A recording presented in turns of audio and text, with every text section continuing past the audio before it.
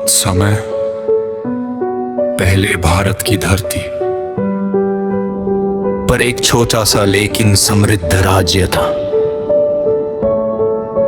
कपिलवस्तु। वहां के राजा शुद्धोधन न्यायप्रिय और शक्तिशाली थे। उनकी रानी माया देवी अत्यंत कोमल हृदय और करुणामयी थी। एक पूर्णिमा की रात रानी ने स्वप्न देखा। एक श्वेत हाथी उनके गर्भ में प्रवेश कर रहा है। प्रातः ज्योतिषियों ने कहा, रानी, आपके गर्भ से जन्म लेने वाला बालक असाधारण होगा। वह या तो चक्रवर्ती सम्राट बनेगा या संसार को सत्य का मार्ग दिखाने वाला महापुरुष। कुछ महीनों बाद एक तेजस्वी बालक का जन्म हुआ, सिद्धार्थ गौतम। बालक के चेहरे पर ऐसी शांति थी मानो वह पहले से ही संसार का दुख जानता हो। राजा शुद्धोधन प्रसन्न तो थे, पर मन में भय भी था। कहीं उनका पुत्र संसार छोड़कर सन्यासी ना बन जाए। इसलिए उन्होंने निश्चय किया कि सिद्धार्थ को जीवन के सारे सुख देंगे ताकि वह कभी दुख की ओर न देखे। महल का सुख और भीतर की शून्यता, सिद्धार्थ का पालन पोषण अत्यंत वैभव में हुआ। सुंदर उद्यान, संगीत, नृत्य, श्रेष्ठ शिक्षक, सब कुछ उपलब्ध था। उनका विवाह यशोधरा से हुआ, जो बुद्धिमान और सौम्य स्वभाव की थी।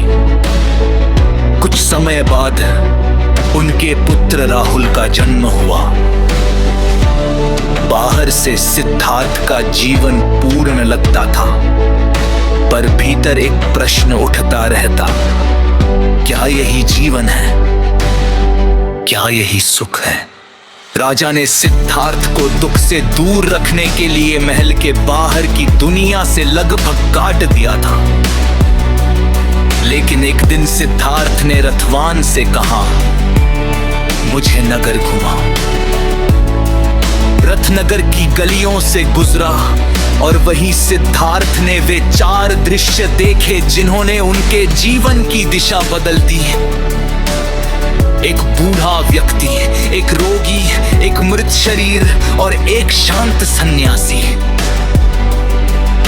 उन्होंने सोचा, यदि सबको बूढ़ा होना है, बीमार होना है और मरना है, तो इस वैभव का अर्थ क्या है? और यदि कोई व्यक्ति इन सब से ऊपर शांति पा सकता है, तो वह मार्ग क्या है? महाभिनिष्क्रमण, त्याग की रात। उसी रात सिद्धार्थ अपने सोए हुए पुत्र राहुल को देखकर रुके। मन डगमगाया, पर फिर विचार आया, यदि मैं सत्य खोज लूं तो पूरी दुनिया मेरे परिवार के समान होगी। उन्होंने चुपचाप महल छोड़ा। इसे महाभिनिष्क्रमण कहा गया, महान त्याग। वे जंगलों में भटकते रहे, विभिन्न गुरुओं से मिले, कठोर तपस्या की। कई दिनों तक उन्होंने भोजन तक त्याग दिया। शरीर दुर्बल हो गया, पर मन को ज्ञान नहीं मिला। तब उन्हें बोध हुआ, अत्यधिक भोग भी व्यर्थ है और अत्यधिक तपस्या भी। सत्य मध्यम मार्ग में है। बोधि वृक्ष के नीचे आत्मज्ञान। सिद्धार्थ बोध गया पहुंचे। एक पीपल के वृक्ष के नीचे बैठकर उन्होंने संकल्प लिया, जब तक सत्य नहीं मिलेगा तब तक मैं यहां से नहीं उठूंगा। रात गहरी हुई, मन में भय, संदेह, स्मृतियां सब उमड़ पड़े, लेकिन सिद्धार्थ स्थिर रहे जैसे शांत झील।